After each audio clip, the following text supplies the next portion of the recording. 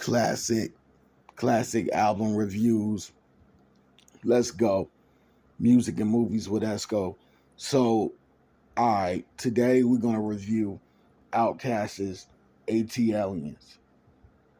And so, as I think back to the era it was released, was in hip hop's golden years. August 27, 1996, American hip hop duo OutKast came with their second studio album, ATLiens.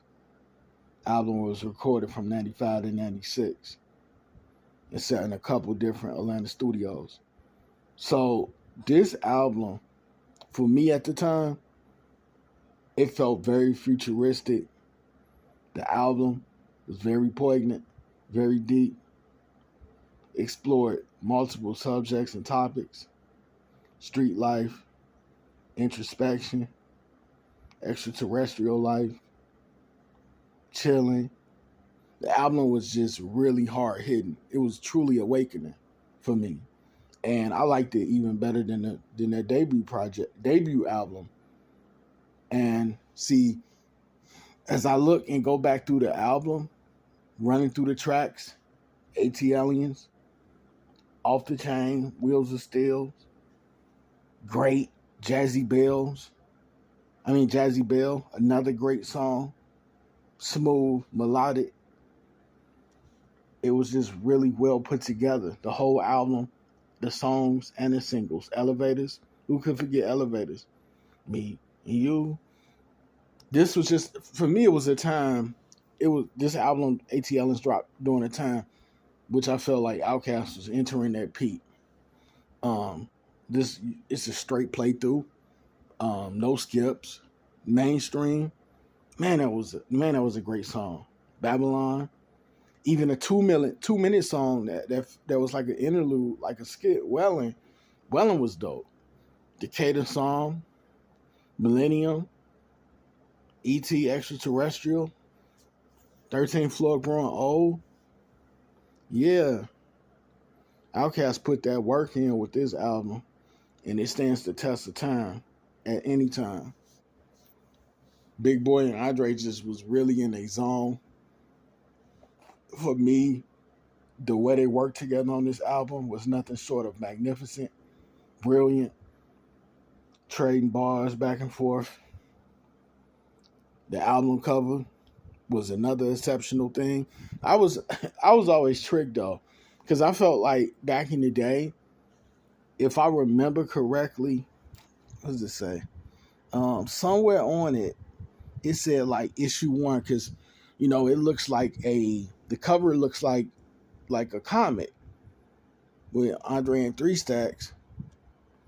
That's the same person, my bad. Andre and Big Boy are like dressed in a comical sense, painted, and it says like issue 1, and it made me feel that this album was going to be part of a series, and I was so psyched up.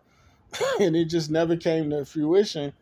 And that was one of those things where I was like, damn, I thought this was going to be like, how great would it have been for those of us that was like raised in the 90s, born in the mid 80s, or born in the early 80s. How great would it have been to have seen a continuation of this album or a sequel, So, same thing, but what happens if that would have happened? They never even took that route. It would have been truly epic. And I think it would have been, a great addition. But obviously now, with the group broken up, it's not going to happen. But for me, I always was like, man, I saw like issue 1 or cover 1, and I was like, man, I was hoping it was going to be a series. But yeah, ATLiens, man. Hard hitting, 2 dope boys in a Cadillac. I remember walking around with my CD player, telling my age, just knocking that song. Jazzy Bell was bumping through the boombox speakers. Yeah, Jazzy Bell, just sick, man. Those guys really put that work in back in the day for this project right here. And Big Boy and Andre Three Stacks, y'all one of the greatest hip hop duos ever.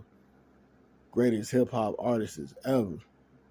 And there's no debate either. That's undisputed. Favorite tracks. My favorite tracks. Give me Two Dope Boys in a Cadillac. My favorite 5 tracks. We're going to go top 5. So I just said Two Dope Boys in a Cadillac. Give me Jazzy Bell. Definitely let me have Mainstream.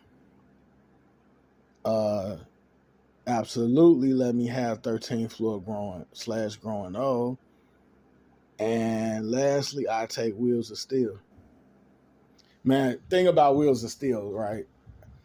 I think I played that song out like I think I almost burnt the paint off the CD the way I used to burn Wheels of Steel. Man, I used to just put it on repeat and let it rock. But then I say the same thing about Jazzy Bell. I used to just put it on repeat and let it rock. Yeah, man.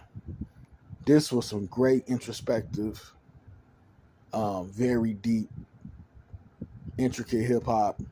And I'm just glad to say I was alive in the era when it released and it dropped when so many artists was putting out great work. So this is a classic review of OutKast ATLiens. And I thought I'd just run it back and talk about it. It sounds better today than ever, so it stands the test of time. And that's it. Let me know what y'all think.